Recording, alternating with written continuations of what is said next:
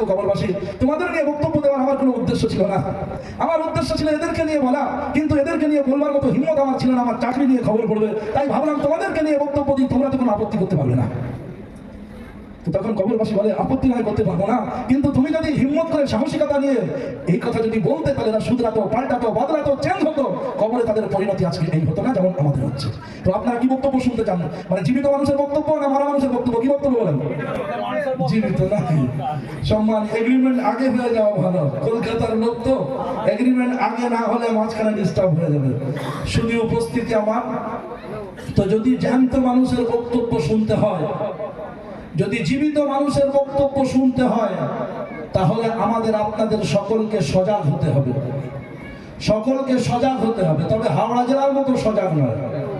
হাওড়া জেলার লোক একেবারে চটজলদি গরম হয়ে যায়। ডোমজুর, আপনার উলুবেড়িয়া, হাওড়া, ধুলাগড়, এই দিকের আপনার শ্রোতারা চটজলদি গরম হয়ে যায়। গরম হয়ে একেবারে কেউ বক্তব্য দিল 5 মিনিট 10 মিনিট, বক্তব্যে গরম হয়ে পুরো ময়দানে নেমে পড়ে, রাস্তা রুট জাম করে, তারপর যা হওয়ার হয়। শুধু উপস্থিতি আমার, পরিস্থিতি খুব কঠিন এবং জটিল। সাবধানে সন্তর্পণে আগে বাড়তে হবে। কর্মকার বন্ধুর কামার শালার হাঁপড় দেখেছেন না? হাঁপড়, ওই হাঁপড়ে হাওয়া দেয় তো, দিয়ে হাওয়া যেখান থেকে বার হয় সেখানে আপনার কেজি 2-4-5 কেজি মতো কয়লা থাকে। সেই কয়লার মধ্যে ভিতরে ঢুকিয়ে দেওয়া থাকে একটা লোহা। 5 মিনিট হাঁপড়ে কামার শালার কর্মকার বন্ধু উনি হাঁপড়ে হাওয়া দেওয়ার পরে ওই লোহাটা লাল রক্তিম আকার ধারণ করে। লাল লোহাটা একটা সাঁড়াশি দিয়ে, একটা প্লাস দিয়ে উঠিয়ে নিয়ে আসে, নিয়ে নিচেই পাতা একটা লোহার উপরে রাখে, দেখেছেন না?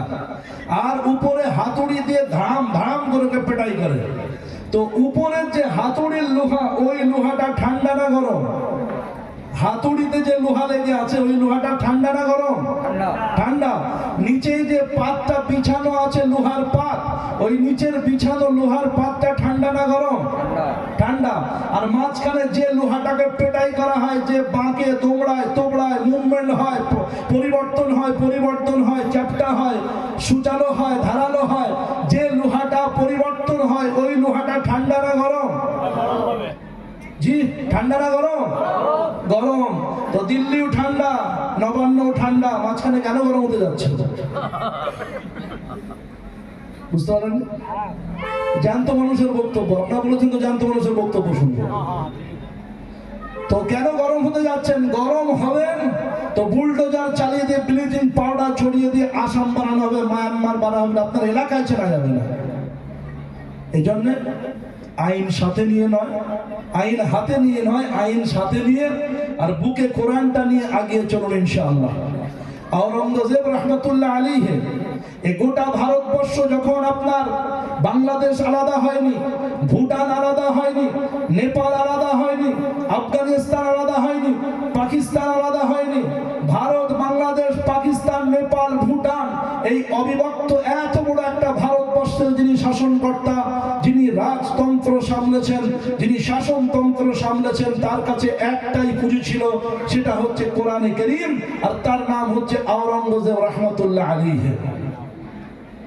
আওরঙ্গজেব রহমতুল্লাহ আলাইহির কাছে এই কোরআনে কারীম ছিল, যে কোরআনে কারীম সাহাবায়ে কেরাম গজনবীর সুলতান মাহমুদ রহমতুল্লাহ আলাইহির মাধ্যমে, যে কোরআনে কারীম হযরতে আল্লাহ রাসূল সাল্লাল্লাহু আলাইহি সাল্লামের দোয়া প্রাপ্ত তায়েফ থেকে আসা হাজ্জাজ বিন ইউসুফের জামাই, যে কোরআনে কারীম হাজ্জাজ বিন ইউসুফের ভাইপো, যে কোরআনে কারীম আপনার সুদূর সোনার মদিনা থেকে, সুদূর সোনার মক্কা থেকে ভারতবর্ষের জমিনে নিয়ে এসেছিলেন, যে কোরআনে কারীমের অনুশাসন মুঈনুদ্দিন চিশতি আজমিরি সানজিরি রহমতুল্লাহ আলাইহি ইরাকের সানজার প্রদেশ থেকে এখানে নিয়ে এসেছিলেন।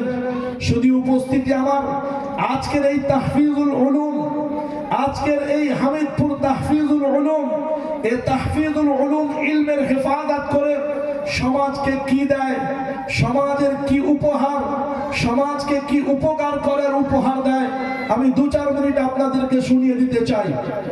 শুধু উপস্থিতি আমার, আল্লাহর নবীর সাহাবীরা আল্লাহর নবীর নির্দেশ পেয়ে, তাবেঈন, তার পরবর্তী যুগের মানুষেরা স্পেন এসেছিলেন।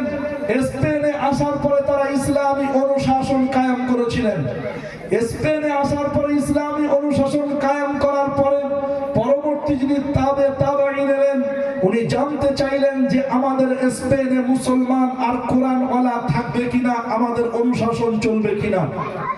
উনি একটা অবজারভেশন করলেন, অবজারভার টিমদেরকে নামিয়ে দিলেন, একটা অ্যানাউন্সমেন্ট করলেন, কনভেনারকে দিয়ে ঘোষককে দিয়ে ঘোষণা দিলেন যে আমার একটা যোগ্য বিবাহের পাত্র আছে, সেই আমার ছেলেকে বিবাহ দেওয়ার জন্য আমি একটা যোগ্য হাফেজায়ে কোরআন, যে মেয়েটা কোরআনের হাফেজা, আমি একটা ভালো হাফেজায়ে কোরআন দেখতে চাইছি। আমার মাদ্রাসা, আমার এলাকা, আমার দেশের সমস্ত মাদ্রাসায় তো ছেলেরা হাফেজ হয়, কিন্তু আমি দেখতে চাইছি অন্তরপুরের নারীরা তারা কেমন পরিস্থিতির মধ্যে আছে। উনি অবজার্ভ করলেন, কিভাবে বুঝবো? উনি ঘোষণা করলেন যে যাদের বাড়িতে একটা মেয়ে হাফেজ আছে, একটা প্রদীপ বাড়ির সামনে জ্বালিয়ে দেবে। যাদের বাড়িতে দুটো মেয়ে হাফেজ আছে, দুটো প্রদীপ জ্বালিয়ে দেবে। এভাবে প্রদীপ জ্বালানোর মহড়া চলল। যাদের বাড়িতে যত হাফেজ তারা জ্বালিয়ে দিলেন। এভাবে করে দেখা গেল বাড়িতে মহিলাদের মধ্যে আপনার 60% মহিলাদের মধ্যে তারা হাফেজায়ে কোরআন। উনি আপনার দ্বিতীয় অ্যানাউন্সমেন্ট করলেন যে যাদের বাড়িতে কোরআনের হাফেজা মেয়ে আছে, আমি দেখতে চাই ইমাম মুহাম্মদ রহমতুল্লাহ আলাইহির লেখা, ইমাম ইউসুফ রহমতুল্লাহ আলাইহির লেখা মাবসুত কিতাবের হাফেজা, মাসলার কিতাবে কারা হাফেজ আছে তাদের দেখতে চাই। সম্মানীয় সুধী, 4 জন বিশিষ্ট ইমাম, ইমামে আবু হানিফা, ইমামে ইদ্রিস আশ-শাফি, ইমামে আহমদ, ইমামে মালিক আলাইহির রহমা, ইমামে হাম্বল আহমদ ইবনে হাম্বল রহমতুল্লাহ আলাইহি, এই 4 জন ইমাম, এই 4 জন ইমামের মধ্যে অনেকের আবার ইমামের কথা শুনলে একটু অস্বস্তি হয়। আমি ছোট্ট করে বুঝি আপনাদেরকে বলি 1 মিনিট মাঝখানে। এই ইমামদেরকে মানা মানে আপনার কোরআন হাদিসের বাইরে বেরিয়ে যাওয়া নয়।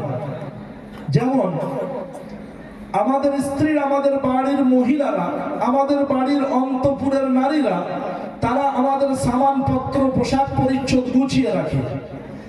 শীতের সামগ্রী একটা থাকাতে, জুমার দিনে আমি নামাজ পড়তে যাব, পাজামা, টুপি, পাজামা একটা, পাক পবিত্র লুঙ্গি একটা থাকাতে, বিয়ে বাড়ির সময় pant, shirt, suit, coat, coat যেগুলো দরকার সেগুলো একটা থাকাতে। তো এইভাবে সাজিয়ে রাখলে আমার নিতে সুবিধা হয়। তো আমাদের স্ত্রীরা বা আমাদের বাড়ির মায়েরা তারা যে কত পরিশ্রম করে আমাদের সংসারকে সাজানোর জন্য, এটা তখনই আমাদের বুঝে আসে যখন তারা 2-1 দিনের জন্য বাবার বাড়িতে যায়, 2-1 দিনের জন্য কোনো আত্মীয় স্বজনের বাড়িতে যায়, অথবা অসুস্থ হয়। তখনই আমরা বুঝতে পারি যে তারা আমাদের জন্য কত বড় কল্যাণ ছিল, মঙ্গল ছিল, আল্লাহর পক্ষ থেকে রহমত ছিল। তারা আমাদের জন্য রহমত কিনা ভাই? হ্যাঁ কিনা বলেন না? আল্লাহ সুবহানাহু ওয়া তাআলা যেখানে তার কুদরত আর রহমতকে গুনিয়েছেন, সেখানে একটা পুরুষের জন্য একটা নারীকে রহমত আর কুদরত হিসেবে আল্লাহ সুবহানাহু ওয়া তাআলা গণ্য করেছেন। আমাদের ডিউটিতে সানডে আছে, আমাদের বাড়ির মায়েদের ডিউটিতে কোনো সানডে নেই, কোনো রবিবার নেই, কোনো বিরতি নেই, কোনো ছুটি নেই। আছে? রান্নাতে কোনো সানডে আছে? জামা কাপড় কাচাকুচি, ধোয়া ধোয়া, সাফ সুফ করাতে কোনো আপনার বিরতি আছে, ছুটি আছে? কোনো সানডে নেই, কোনো রবিবার নেই, কোনো ছুটি নেই। তাদের এই ডিউটি পালন করতে হয়, তারা করেন আনন্দের সঙ্গে। আমাদেরকেও তাদের প্রতি ধ্যান রাখা, খেয়াল রাখা দরকার। শুধু উপস্থিতি আমার তো, তারা যেমন থাকে সাজিয়ে রাখে সমস্ত জিনিসপত্র, আসবাবগুলো, আমাদের সেখান থেকে নিতে সুবিধা হয়, সহজে আমরা সেখান থেকে নিতে পারি, নিতে সক্ষম হই। এমনি ভাবে কোরআনে কারীমের মধ্যে হালাল আছে না নেই? কোরআনে কারীমের মধ্যে হারাম আছে না নেই? কোরআনে কারীমের মধ্যে ওয়াজিব আছে না নেই? কোরআনে কারীমের মধ্যে ফরজ আছে না নেই? কোরআনে কারীমের মধ্যে মুস্তাহাব, মুবাহ, মাকরুহ, তাহরিমি, মাকরুহ তানজিহি আছে না নাই? ইয়া আইয়ুহাল্লাযীনা আমানু ইযা কুমতুম ইলাস সালাতি ফাগসিলু উজুহাকুম ওয়া আইদিয়াকুম ইলাল মারাফিকি ওয়ামসাহু বিরুসিকুম ওয়া আরজুলাকুম ইলাল কাবাইন। এই আয়াতটাকে বলা হয় আয়াতে ওযু। এই আয়াতটাকে আয়াতে ওযু বলা হয়। ওযুর মধ্যে কটা ফরজ এই আয়াতে আছে, ওযুর মধ্যে কটা সুন্নাত এই আয়াতে আছে, ওযুর মধ্যে কটা মুস্তাহাব এই আয়াতে আছে, ওযুর মধ্যে কোনটা কোনটা মাকরুহ এই আয়াতের মধ্যে আছে। তাহলে এই একটা আয়াতে আমার আপনার ক্ষমতা আছে যে কোনটা ফরজ, কোনটা ওয়াজিব, কোনটা সুন্নাত, কোনটা মুস্তাহাব এর মধ্যে থেকে বার করবে আয়াতের মধ্যে থেকে আছে। এই জন্য আমাদের যারা বিশিষ্ট ইমামগণ তারা থাকে তাকে সাজিয়েছেন, একটা থাকার নাম দিয়েছেন, এটার নাম হচ্ছে ফরজ, আরেকটা থাকার নাম দিয়েছেন ওয়াজিব, আরেকটা থাকার নাম দিয়েছেন সুন্নাত, আরেকটা থাকার নাম দিয়েছেন মুস্তাহাব, আরেকটা থাকার নাম দিয়েছেন মুবাহ, এদিকে একটা থাকার নাম দিয়েছেন আপনার হারাম, এদিকে আরেকটা থাকার নাম দিয়েছে মাকরুহে তাহরিমি, আরেকটা থাকার নাম দিয়েছে মাকরুহে তানজিহি। তাহলে এবার বলুন, আমাদের যাদের ফরজ দরকার তারা ফরজের থাকা থেকে চট করে ফরজটা বার করে নেবেন, ওয়াজিব দরকার ওয়াজিবের আপনার সেকশন থেকে ওয়াজিব বার করে নেবেন, মুস্তাহাব দরকার বার করে নেবেন। তাহলে এটা যদি ইমামে আবু হানিফা এটা সাজিয়ে রাখে আলমারিটা, ইমামে শাফি যদি সাজিয়ে রাখে আলমারিটা, ইমামে আহমদ ইবনে হাম্বল যদি আলমারি সাজিয়ে রাখে, ইমামে মালিক আলাইহির রাহমাত যদি আলমারি সাজিয়ে রাখে, তাহলে ওখান থেকে ওয়াজিব নেওয়া, ফরজ নেওয়া, সুন্নত নেওয়া, মুস্তাহাব নেওয়া এটা তাদের মানা হচ্ছে না কোরআনে কারীমকে মানা হচ্ছে? কোরআনে কারীমকে মানা হচ্ছে। প্রিয় হাজিরিন, এজন্য ইমামদেরকে মানা এটা আপনার এটা শিরিক নয়, এটা বিদআত নয়, এটা শরীয়ত বহির্ভূত কর্মকাণ্ড নয়, এটা তাদেরকে মানা কোরআন হাদিসকে সঠিকভাবে সাবলীলভাবে মানতে যাতে আমরা সক্ষম হই তার জন্য এই প্রসেস পদ্ধতি formula. Anyhow come to the point, I am talking about it matter very seriously, so attention please. শুধু উপস্থিতি আমার যে বিষয়টা কথা বলতে চাইছিলাম, বক্তব্য ভুলছেন না তো? মন দিয়ে শুনছেন? আমি কিন্তু মাঝে মাঝে যাচাই করব ইনশাআল্লাহ, যাকেও জিজ্ঞাসা করতে পারি। তো আলহামদুলিল্লাহ, থ্যাংক ইউ সো মাচ। সম্মানীয় সুধী সুপ্রিয় উপস্থিতি আমার, তো আজকে আমি বলতে চাইছিলাম, তো ইমামে মুহাম্মদ আলাইহির রাহমার লেখা মাবসুত কিতাব, এদিকে দেখেন না, ও তো মেন্টালি ডিসব্যালেন্স, ওর দিকে তাকালেও আমরা কিন্তু সম্মানীয় সুধী উপস্থিতি, এদিকে তাকান, আমার দিকে তাকান, যদিও আমাকে দেখতে অতটা ভালো না যতটা এই রাত্রে আপনারা ভালো দেখতে চাইছেন। তো ইমামে মুহাম্মদ আলাইহির রাহমার লেখা মাবসুত কিতাবের যারা হাফেজা তারা তাদের বাড়ির সামনে একটা প্রদীপে ডবল সলতে জ্বালিয়ে রাখবে, একটা প্রদীপে দুটো বাতি দিয়ে রাখবে। তাহলে বুঝে নেব যে এই বাড়িতে একটা মেয়ে হাফেজা এবং তার সঙ্গে সঙ্গে কোরআনের হাফেজা হওয়ার সাথে সাথে মাবসুত কিতাবেরও হাফেজা।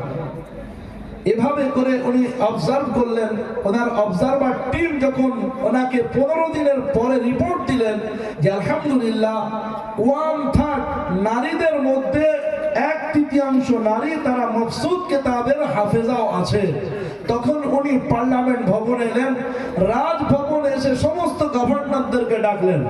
ডাকার পরে উনি একটা কি করলেন, উনি একটা বক্তব্য প্রদান করলেন, আর সেই বক্তব্যটাকে উনি নোট করতে বললেন যে আমার বক্তব্যটা তোমরা সবাই লেখো, লিখে বিভিন্ন জায়গায় তোমরা ছড়িয়ে দাও। বক্তব্য দিতে দাঁড়িয়ে উনি বললেন, বক্তব্য দিতে যে উনি বললেন যে আলহামদুলিল্লাহ আলহামদুলিল্লাহ ছেলেদের মধ্যে 60 জন ছেলে হাফেজে কোরআন আছে, মেয়েদের মধ্যে আলহামদুলিল্লাহ 40% এবং আপনার 30% হাফেজা মাবসুত কিতাবের এবং কোরআনে কারীমের হাফেজা আলহামদুলিল্লাহ 40-এর ঊর্ধ্বে প্রায় 60-এর মতো আছে। আমি আজকে তোমাদের কাছে দায়িত্ব নিয়ে বলছি, আল্লাহ রসুলের সাহাবীরা যে কোরআন নিয়ে স্পেনের জমিন এসেছিলেন, যে কোরআন নিয়ে স্পেনের মাটিতে এসেছিলেন, যে কোরআন নিয়ে স্পেনের বুকে আল্লাহ রসুল সাল্লাল্লাহু আলাইহি সাল্লামের দ্বীন নিয়ে তারা প্রতিষ্ঠিত ছিলেন, এটা যদি অবস্থা আমাদের হয় তাহলে আলহামদুলিল্লাহ কোন শত্রু আমাদের থেকে স্পেনকে কেড়ে নিতে পারবে না। আলহামদুলিল্লাহ কোন আল্লাহর দুশমন আমাদের কাছ থেকে স্পেন কেড়ে নিতে পারবে না। It is my open challenge, you can try. এটা আমার তোমাদের কাছে একেবারে প্রকাশ্য তোমাদের কাছে আমি প্রকাশ্যভাবে চ্যালেঞ্জ করছি, এটা তোমরা যাচাই করে দেখে নিও। প্রিয় হাজিরিন, আলহামদুলিল্লাহ স্পেনে একটা দুটো বছর নয়, 800 বছর এই স্পেনের জমিনে কোরআনে কারীম চলেছিল। 800 বছর স্পেনের মাটিতে, ওখান থেকে সারা পৃথিবীতে কোরআনের তাফসীর সাপ্লাই হয়েছিল। ইমামে কুরতুবী আলাইহির রাহমা কঠোবার জামে মসজিদে বসে বসে তাফসীরে কুরতুবী লিখে গোটা বিশ্বকে কোরআনের তাফসীর জানিয়েছিলেন।